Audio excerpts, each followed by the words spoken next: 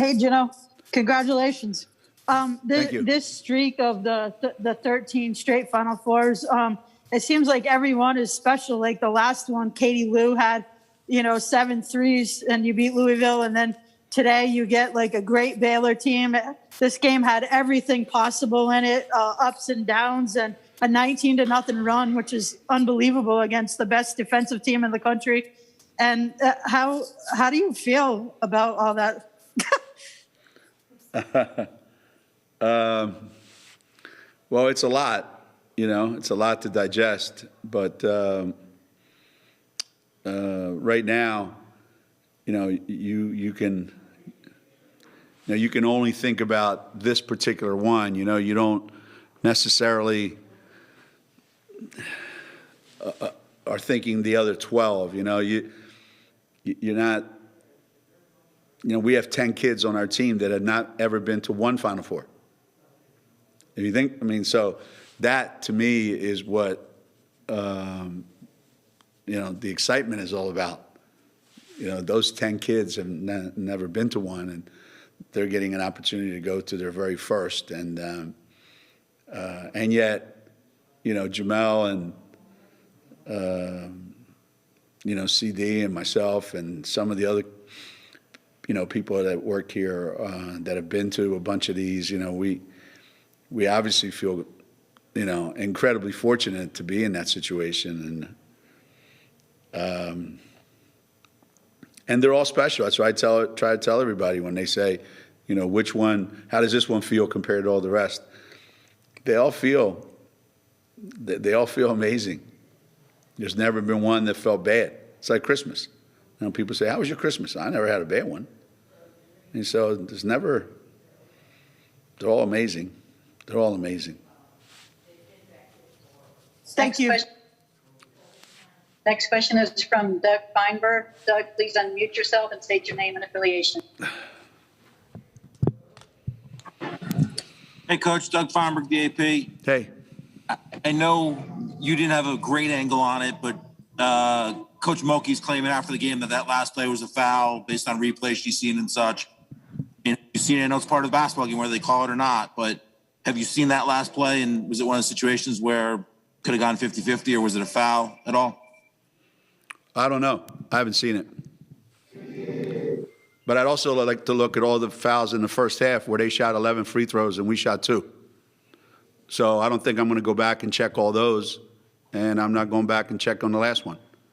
So, a call is a call, and you got to live with it. And, the officials are going to make the call they think they need to make.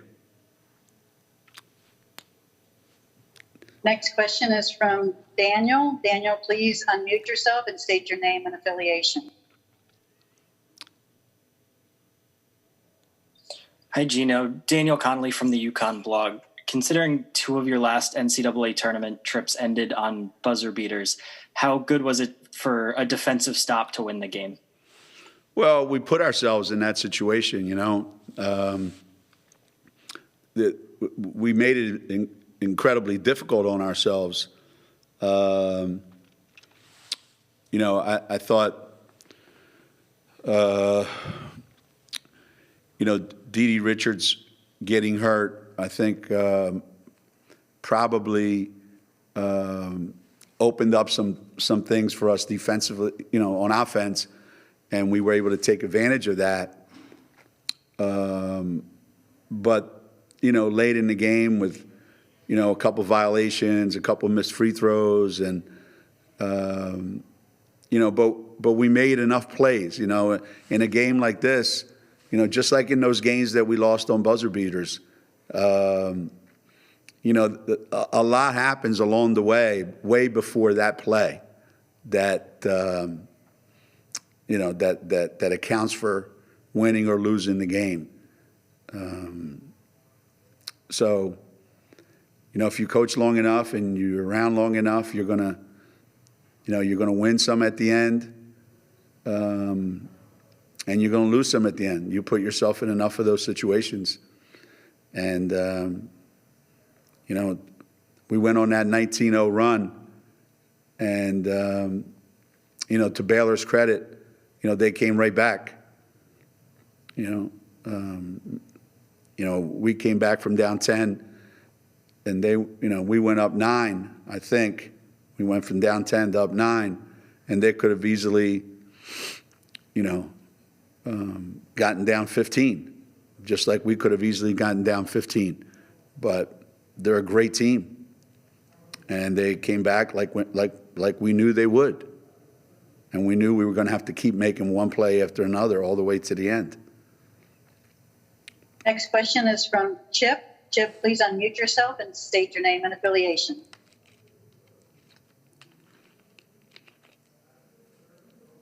Hey, Geno, Chip Scoggins with the Minneapolis Star-Tribune. Obviously, you spent a lot of time with Paige during the recruiting process, but what are some things that you learned about her, having the chance to be around her every day in practice? And then also, is it true you were Joe Sensor's college roommate? Yes, it's true. I was Joe Sensor's college roommate. And people up in Minnesota will be happy to know that he was probably a better baseball player than he was football player. And that's saying something when he was all pro. Probably one of the nicest and most loyal men I've ever been around in my life. Paige does a lot of things that you can't explain. And believe me, there's a lot of things that Paige has got to learn to handle that she doesn't handle so great right now. But what Paige can do is Paige can sense the moment. Like all great players, she can sense the moment when it's time, what's needed in that time, what's necessary. And she has the ability to fill that moment. Not everybody does. And you could see that, in high school, and, Coach Koss saw it, every day for however many years. And our fans and fans around the country are starting to see it now on a regular basis. Next question is from Michelle. Michelle, please unmute yourself and state your name and affiliation. Yes, Michelle Vogel from ESPN.com. Coach, I imagine you're not going to like this question, but I do have to ask. Everybody from LeBron James actually to your daughter tweeted that was a foul at the end. Really? Yeah. Do you think this is just sort of in some ways the nature of sports? Because like you said, I guess you could go back through a game and check, but Right. When games end that way, that just tends to be what people focus on? Maybe. I don't think LeBron's ever won a game on a bad call by the other team, by the other officials. Do you think? I probably doubt it. I probably doubt that in his career he's ever won a game and decided to give it back because he looked at it and went, that was a foul. So it is what it is. It is what it is. The officials made. One time I asked one of the officials, how did Paige end up on the ground with a Baylor player on top of her on a loose ball? He goes, I don't know. That was the answer. He said, I don't know. So, you want to go back and check every single call throughout the entire game and then add them all up, and you don't. That's the nature of sports. That's the nature of sports. We probably fouled a number of times during the game and we didn't get called for it. They probably fouled a number of times during the game and didn't get called for it. Or we got we got free throws because of non-fouls. I mean, you can go back and forth, the whole thing. The bottom line is the officials did what they're going to do. And if they would have said it was a foul, I'd be on the other end going, you can't make that call a foul. So it is what it is. I'm not going to sit here and apologize for it. And if people are going to, want to talk about that the rest of the week, you're welcome to do that. It's not going to change the outcome. And it's not going to make me feel bad that you say it was a foul. Next question is from Carl. Carl, please unmute yourself and state your name and affiliation.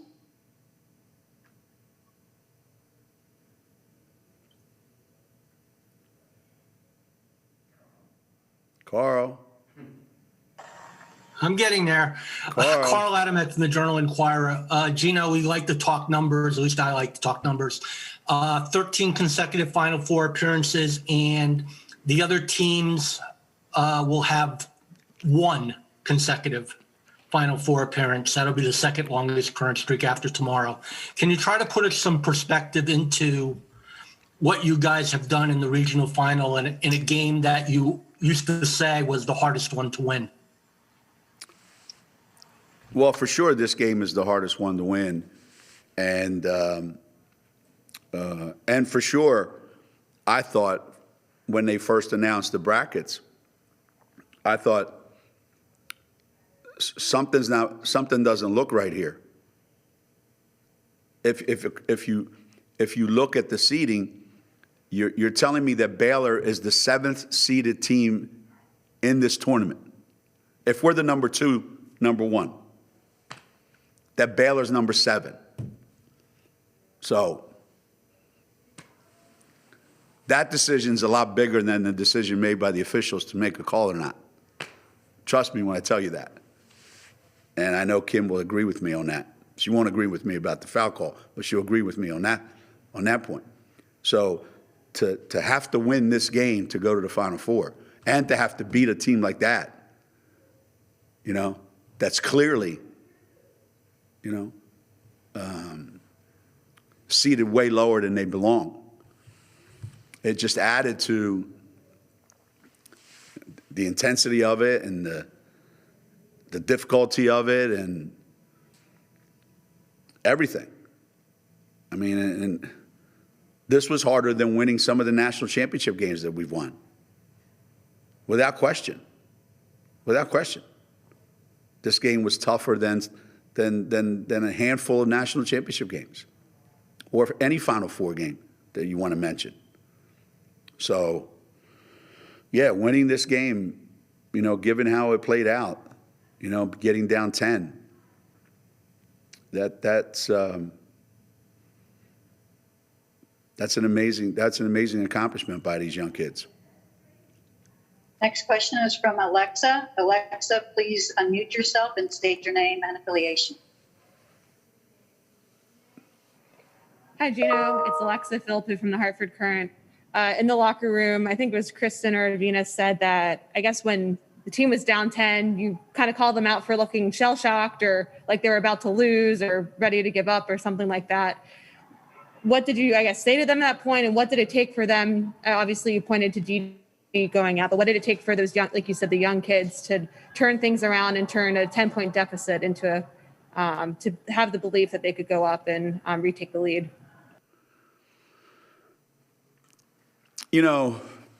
When you're in this situation, if you've never been in this situation, you don't know how you're going to react to it. And these kids have never been in this situation. They never have. Avina has not been. Kristen and Olivia, have been on teams that have been in this situation, but they haven't been. And then you've got all the other kids. So when it started to get away from us, even one of their teammates even said, you guys need to change the look on your face, man. They started to question and doubt and started to lose faith. And I basically said, if this is how it's going to be, then, let's just go home and say, we tried. Or let's get out and play, show some toughness. Toughness, stay with our offense. Let's get a stop. Somebody step in front of somebody and take a charge. Let's do the things that, the fundamentally right things to do that good teams do, and stop worrying about, oh my God, we might lose. And, Aubrey took a couple charges. Then we started to play better defensively, and that started to fuel our offense, and it gave us a lot of confidence. And, Paige making shots, really ignited everyone else. That just got everybody, feeling much better about themselves. Which teammate called them out for how they were looking, their lack of confidence? Anna. Makara? Yeah. And she did it in English. I didn't even know she knew what to say. I turned around, looked at her, I said, even she knows it. So I'm not making it up. Look, even she says it. Because, there was this look on their face like, we don't know that we can do this. We don't know that we can do this. And, We have time. we had to figure out a way. I said, look, you only have two choices, guys. You either do the things that we do every day, or we go home. It's not that complicated. It's not complicated at all. And I think they didn't want to go home. I think they'd rather keep playing basketball. So that's what happened. We have time for one more question, and that'll come from Emma. Emma, please unmute yourself and state your name and affiliation. Hi, Emma Baccellieri from Sports Illustrated. Curious about preparing for the physicality of this game, knowing the kind of style they play and what you saw from them on the floor tonight that you guys had to adjust to. You can't prepare. I mean, the only way we would have been able to prepare would be if our practice squad that we left at home, if we had them with us and that, every day we had them simulate that. And even then, it's difficult. It's difficult to simulate, their talent, their aggressiveness, their length. It's just very difficult. They don't look like any other team in the country. They don't play like any other team in the country. That's why they're so hard to play against. And you don't get ready for something like that, by, just going to practice every day and playing against yourselves. Playing against our second team wasn't going to get us ready for something like this. We had to experience it firsthand. And then after a while, to their credit, I mean, it was a great game all the way around because we started the game like this, and I think it was 12-4 at one point. I don't even know, 16 to something, and they came right back at us, and we hung in, and they came right back, and we hung in, and they came back, and we went in at halftime, and we were fortunate. We thought, man, to only be down 2, we're fortunate.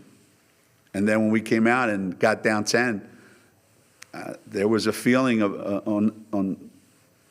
on the team. The kids felt, you could see it as we talked about, that it's gotten away from us. It's gone, and we got it back. And then when we thought we had put them away, they came back. So it was just a great battle by two, great teams, and went down to the last possession.